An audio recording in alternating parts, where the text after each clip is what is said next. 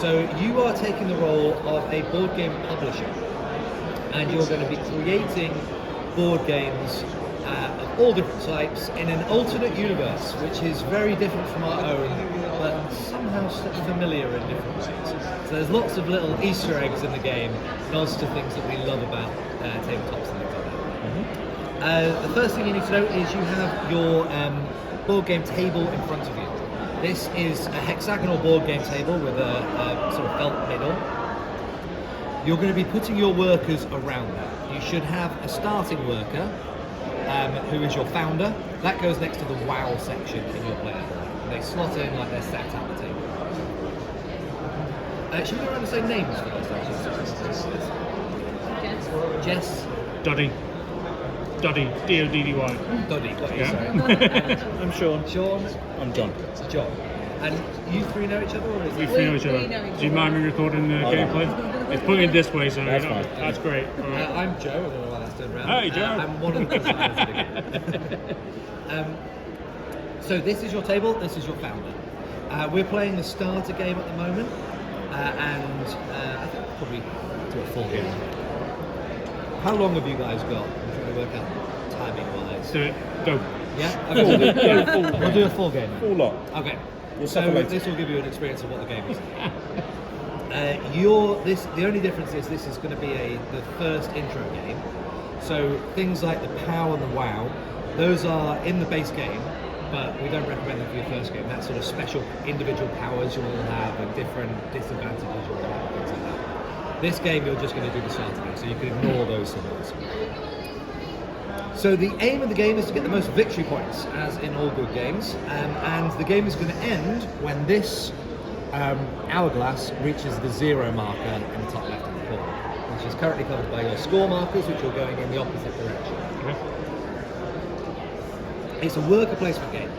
So on your turn, you're going to be doing one of two things. Either placing one of your workers onto a space, or taking your workers back off all of the spaces where you place them. You have a reference card. This bottom right-hand corner in red tells you everything you can do on your turn. Everyone's got one of those. But basically that's it. You're going to be placing a worker or picking all of your workers up. When you place a worker, it's a 3-step process. The first thing you do is place it onto any of the spaces in the actions. These dotted lines indicate spaces that only apply to 4+ player games. That means they apply to you. So you can use them just like they're normal. So if I placed it there, first thing I do is pay the cost. That's the safety cost underneath the space. So in this case, it's 1 coin. A hard hat means safety cost. So if I go here, it's 2 research tokens, which are these magnifying glasses. If I go here, 1 coin. Pay that first. Next, I get the bonus inside of it. So in this case, it's 1 research token, one of these. So pay that, get that. Not all of the spaces have costs, all of the spaces have bonuses. So if I go here, I just get a time. Okay? So you pay the cost, you get the bonus, then you take the action. There are 15 different actions available in the game. That's what you're going to be doing for most of your turns. So I'll go through all the actions separately in a moment, but that's essentially most of your turns. Play the token, pay the cost, take the bonus, take the action. Except for if you've run out of workers or you just want to, for many other reasons you might, you can take back your workers. Okay? If you have no workers left, you have to do this action, of course, but you can do it at any point as long as you have at least 1 worker out. You take all of your workers back. You have to take all of them, and then you move this time token back that number of spaces. So I took 3, so 1, 2, 3. If you cross one of these bubbles with the time token, you get the bonus listed in it. Okay, so in that case, I would have got one of these research tokens. With me so far? Yeah. The other thing that happens when you take your time token back is you get to make a prediction about your opponents. I'm going to talk more about predictions right at the end of this, but basically you can get points for working out the actions that your opponents are going to take. That happens when you take your workers back. I'll talk more about that later. So let's go through the actions that you'll take in the game. There's, as I say, 15 different actions in the game. They fall into basically 3 types. Getting resources, hiring and upskilling your workers, and of course publishing board games. Getting resources is the simplest, so we'll do that first. This space, and this space are about getting resources. If you go here, the action is to get 2 playtests. They're dice. You don't ever have to roll these, they're just a resource. Going here is 2 research, that's these ones. And going here is any 3 of the other ones, so coins, time, or inspiration. They're laid out a bit poorly here, but basically these 2 are harder to get than these 3. So that's something worth remembering. If you ever have a choice and you're not sure what to choose, always choose a playtest or a research over one of these 3. Not a big thing, but just a bit. So that's how you get resources. The next thing you can do is hire workers and upskill them. There's 2 different types of workers that you can get: specialists and freelancers. Specialists are the yellow ones. You get them by taking this action here. So you go into any one of these spaces, and then you can take the far right specialist for free. If you want to take any of the other 2 specialists available, you have to place a resource, and it can be any of the 5 resources, on the 2 that you don't take. And then if someone else takes them in the future, they get that resource. When you take a worker, for example, if I take a specialist, same for freelancers, they go into my hand, which means I just basically keep them, but they're not very useful to begin with. They're only useful if you also take this action here, which is the put at your table action. That means you take one of the cards that's in your hand, and you place it onto your table. There's lots of bonuses listed around your table. Again, ignore the power and the wow, they're for more advanced games. You get that straight away. So if I go in there, I will immediately get a playtest. Does that make sense? Yep.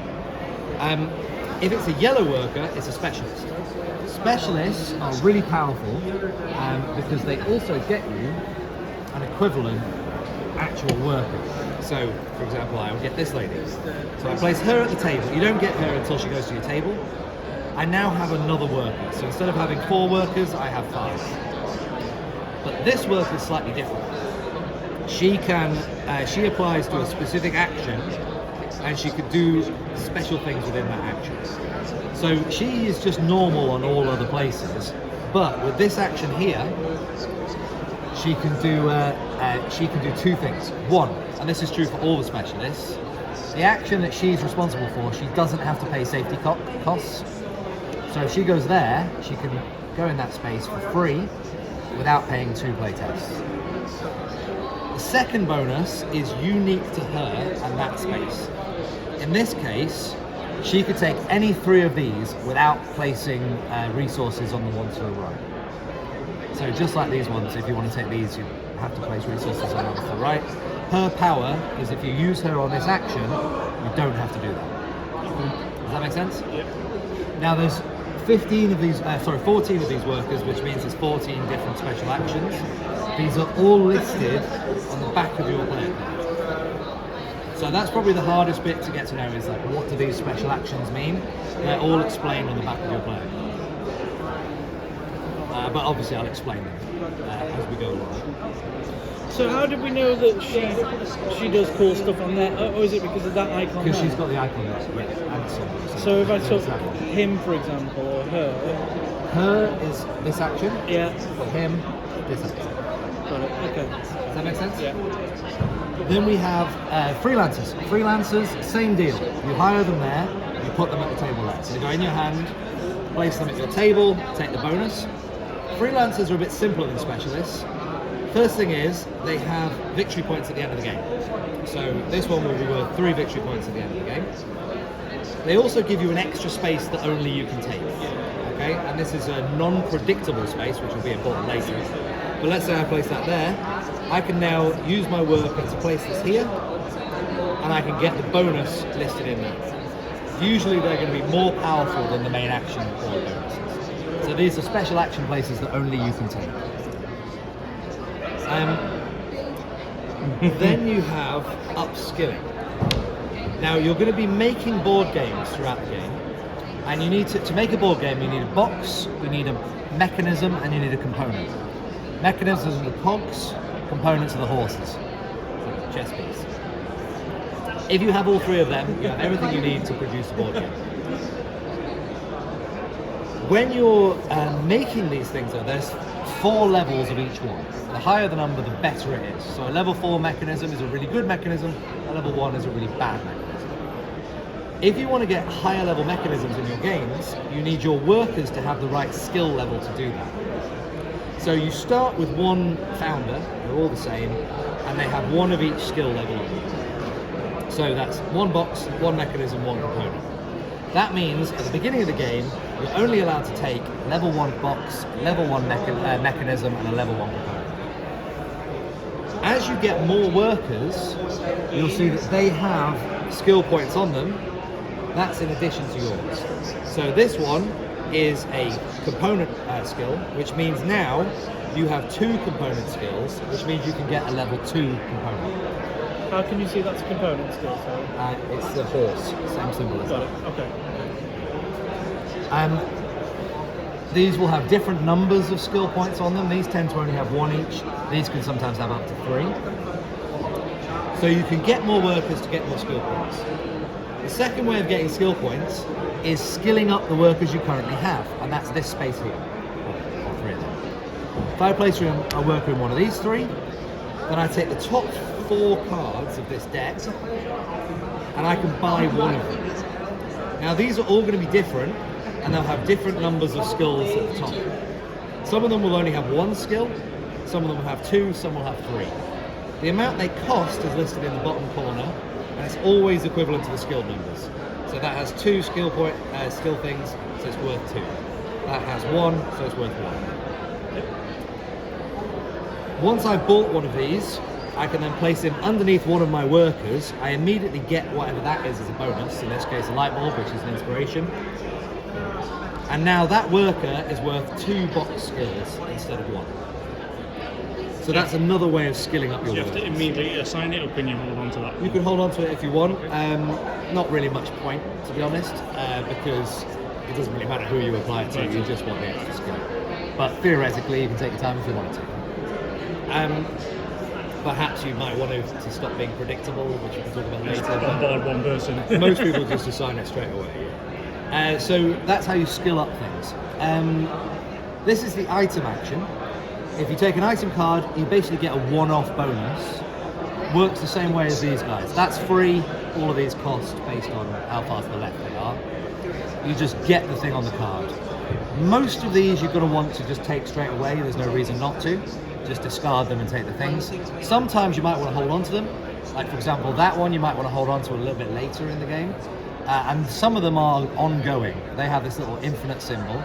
That means that you just get that thing ongoing. For example, this one is you get a mechanism and a component skill for the rest of the game. So it's like you've skilled up a player, you've got 2 more skill points. If you were going for that one, you have to pay resources for the rest. For all the rest, yeah. And they're all good, but good in different ways. Anything this ends free. That's exactly Everything right. costs. Yeah. Right, okay.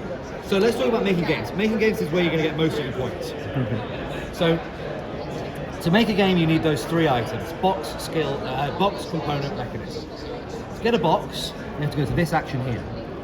You have to pay inspiration tokens equal to the level of box you're buying.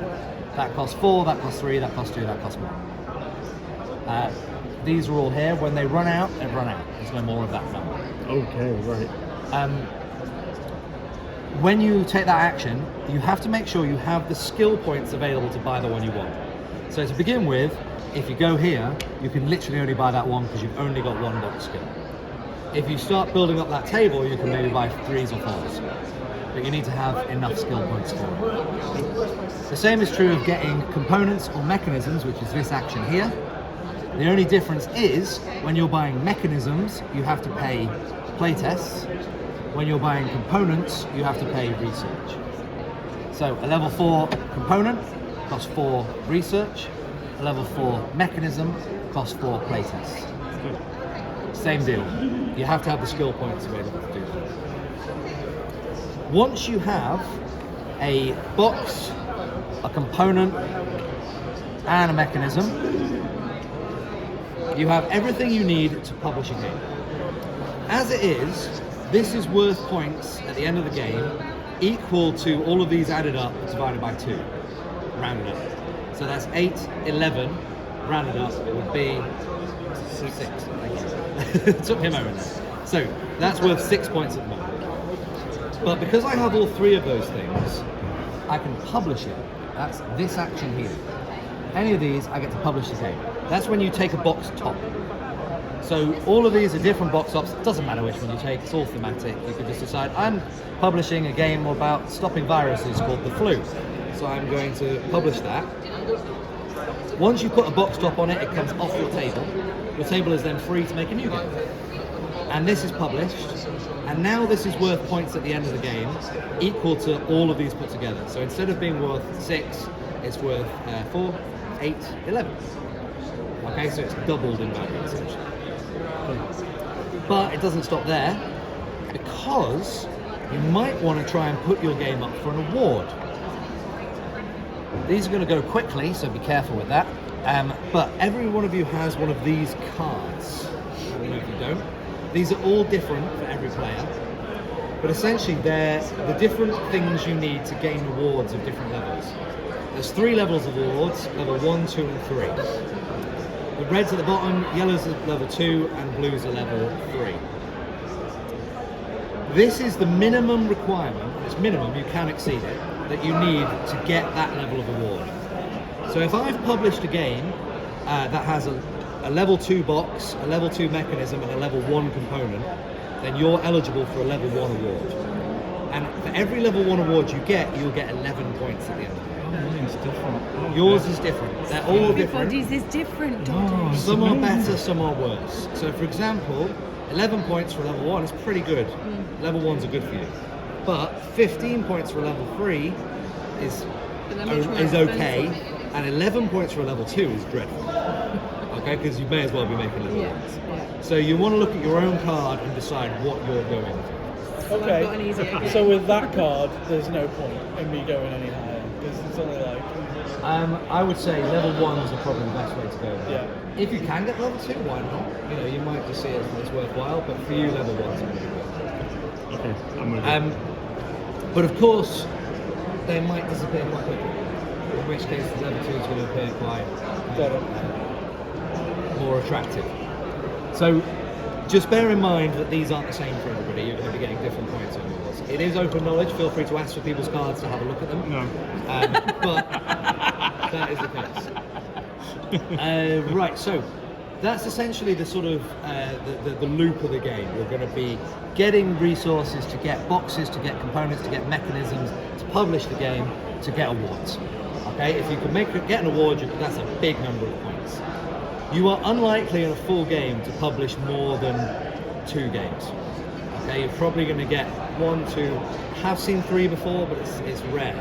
Unless you're making really low-level crap games, maybe you can make more, but it's going to be quite hard. What's the minus hashtag?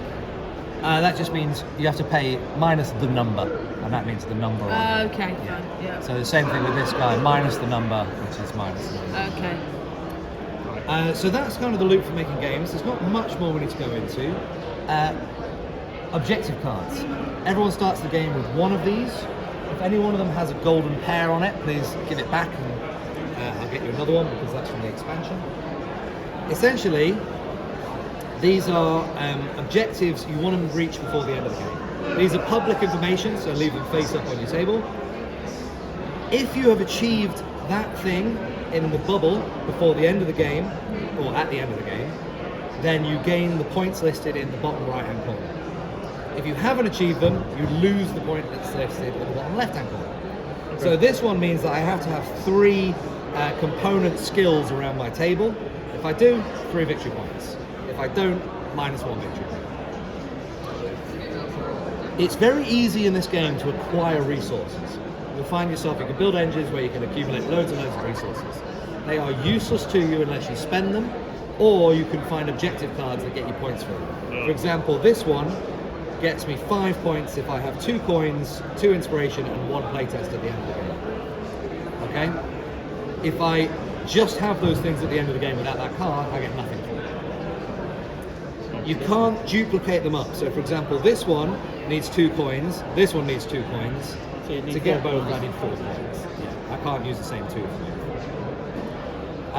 That's the objective cards. Has anyone got any questions about their objective card? This just means I have to have a specialist, doesn't it? You have to have 1 specialist, and for yours you have to have 2 freelancers to achieve. Right, are there any other action? Upgrading. Upgrading is powerful because it's a way that you can upgrade something without having the skill points required. So let's say you start the game and you immediately buy a level 1 box, but in order to get your level 1 thing, you need a level 2 box. Yeah. And you only have 1 box skill. You can go here, any one of these spaces, pay a time, one of these ones, and you can upgrade that to level 2. And you do not need the skill points to do that. You do, however, need to have the box in the first place. So you can't just like grab a 1 by going. Is there any of them that you can upgrade? You can upgrade anyone you like by 1 space. There will be, like this guy allows you to upgrade anyone you like by 2. Okay. Or any 2 different ones by 1. How do I buy a box? That's this action here. Oh. And then it costs inspiration equal to the number on the box. Sorry. That's upgrading. There are 2 more actions which I'll explain, but basically you don't really want to use that much. They're just in case you get in trouble. This one is an ongoing infinite action. You can place as many ones as you like there and just get 1 of those things. Okay, it's not a very powerful action. You're not going to do very well if you just do that 20 times in the game, but it's there if you need it. This one, similarly, could be more useful, particularly for people's first game. As I say, it's very easy to accumulate resources and then suddenly realise they're not worth anything at the end of the game. I need to do something with them, and I'm not sure what to do. I've got loads of coins. You can exchange your resources using this action. So if I place my worker in any one of these, then there's 2 levels of resources, and again, this is why these are badly laid out. But this one and this one, the research and the playtests, they can be exchanged with each other. These other 3 can also be exchanged with each other. Okay. But you can't exchange a research for a coin or anything like that. When you go there, it's the resources you currently own. You can exchange as many as you like. That is every action done, I believe. So we just need to talk about a couple of the bonuses that come up. The first one is this symbol here, the little Newman who's purple. That's a free action. So if I go here, I have to pay 2 time, and then the bonus is I can take any action on the main board for free. I don't get the bonuses, I don't pay the safety costs, but I get the action. So for example, if I went there, I would pay 2 time, I would take any action on the board. For example, I might be like, okay, I actually want to take that card for free by taking that action. So I do that, then I take that action. Oh, so you get both actions? You get 2 actions whenever you see that. The other thing is this symbol here, which I'll talk about next. And that's when you're making predictions. So you might remember earlier, I said every time you take your workers back, this thing moves backwards. You get the bonuses on anything you pass along the way. And for example, that one gets you a research, that one gets you a free action. There's lots of free actions around the side of the board. Once you've taken your bonuses, you have the opportunity to make predictions about your opponents. Can I ask you at this point to turn around your little easels? Everyone needs to see each other's easels, so sort of point them all towards the middle. This is the name of your company. You've got Gmon Games, Rockmare Games, Asmodeus Games, and A-Girl Games. And they're all different game companies within this universe. And what you're going to be doing is, each time you take your workers back, you can make a prediction about one opponent. Only one. And you're going to do that using these cards here. And I think you've got them all here. So for example, you are Asmodeus Games. So you might be like, right, I think I know what A-Girl Games is going to do. So you can place out a card saying, I'm making a prediction about A-Girl's games. You can only predict about one person. You can't predict about multiple. Then you have this deck that's in your colour. This has a card for every single one of the actions on the main board. You can make up to 4 predictions about your opponents using this deck. And it's kind of a push your luck at it. The first thing is, you need to pay for those predictions. Every prediction you make costs a research. So they are quite expensive, but they can get you quite a lot of points. I generally find when people are playing this game for the first time, they don't tend to make predictions that much because you haven't really worked out how it all works yet. And in future games, it can be quite a big score. So it's up to you how much you engage with it. But essentially, the way it works with predictions, let's say you're making a prediction about you. You're going to be looking at your game and you're going to be thinking, sorry, what was your name? John. And you were Jess. So Jess is going to be looking at John's game and she's going to think, right, John has just hired a specialist. I think it's very likely he's going to want to put that specialist at the table. So I'm going to go through this deck and I'm going to find that action. So I will pay one of these and I'll make a prediction about that. But also, John has just got a game box component and a mechanism. So he's going to want to publish at some point because he's got everything he needs to publish a game. So I'm going to make a second prediction, another research, that he does that. Do we have to tell them what prediction? No, you know he doesn't. Good. He knows you're predicting about him. Because obviously they're just not going to do it if they know that you predicted. Well, Sure. no, but he still needs, he wants to make points. Nothing bad happens to him if the prediction happens. Okay. Good things happen to you. Okay. You might also think there's a really juicy item over there, so he's going to make a prediction. I reckon he'll go for that. So you make a prediction about that too. That costs another research. The number of predictions you make depends on how many points you get for them coming true. So one prediction gets you 2 points, 2 prediction gets you 4 points, 3, 7, 4, 10. So they do scale upwards. But they all have to come true. And they have to come true before you next take your workers back. It's not by the end of the game, it's by the next time you take back your workers. Right. Now bear in mind, you can get more workers, so you can extend the period that you have your predictions to come true. But if all of them aren't true by the time you take your workers back, you just So lost your research. where's Jess putting those cards then? So just in front of her. So for example, this is her card here. But how do you know that she's been doing it against John? So that's what this card's for. Go So on. it says his company. His company's A-Girl Games. So she says, I'm making a prediction about A-Girl Games. 3 predictions. I pay 3 of these.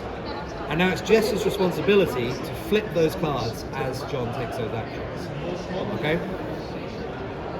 Let's say So where's... Have I got cards for they're them? double-sided, so if you flip them. Because you can only make a prediction about one company at a time.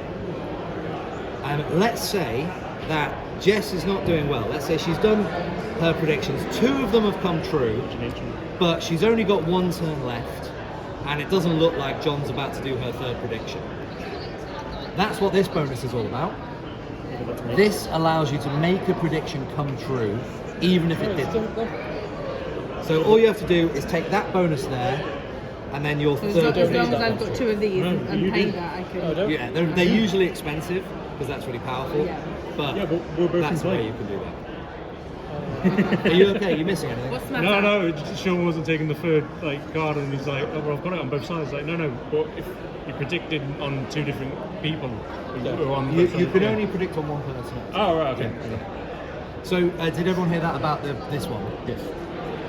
No, go on. Okay, sorry. so that's a prediction that forces a prediction to come true. So let's say Jess only had 2 of her 3 predictions true, and she felt like actually this 3rd one's not going to happen. She can use that bonus whenever you see that, and it means that that is true, even though it isn't. So you'd then make the 3rd true, and you would Lie. get 7 extra points. So it's a way of, circumnavigating someone not doing what you think they're going to do. But it's Corporate quite line. expensive to take that. So there's kind of a push your luck element there. You can engage with it or not. It's up to you. You don't have to do that to win the game. So how much Most does of it your cost to points. make a prediction, did you say? One of these per prediction And you can And you- do that at any point. when you take your workers back. Okay. Does that make sense? So as long as you've got no workers there, or when you just take them, So yeah, just when you've taken your workers back. then you put your predictions. When you take your workers back, let's say you had 2 out here. You decide, you know what, I'm not going to use these ones. I'm going to take these back. So Yeah. you take them back. That moves back 2 spaces. 1, And 2. then you can take your- You get your bonus first. Yeah. Then you take your predictions. Okay. And then they have to come true by the next time you take your workers back. Okay. That's the most unusual mechanism in the game. I don't think that's really exists in other games. They're not relevant to the game. They're the expansion. Feel free to play with them, and I'll talk more They are about very it. nice. They're really heavy. Heavy, yeah. There's also a whole my bit. God. So you can see that neoprene mat at the back. That's the convention board where you can take your games to conventions. So there's Be Silent and Seated, who are a famous board game reviewer in this world. and you can try and please them and things like that. But anyway, I won't get into that because that's all if you want more complexity. So that's essentially every rule in the game. Are there any questions? Now let's go. Yeah. How many resources? Do we start with any resources? Depends on the player order. So we'll decide who goes first in a moment. The person who goes first is the last person to win a board game. Damn it! Who was that? The last person to win a board game. It was you. So you go first, which means I'm afraid you're not going to get many resources. You get 1 resource, you get 2 resources, and you get a victory point.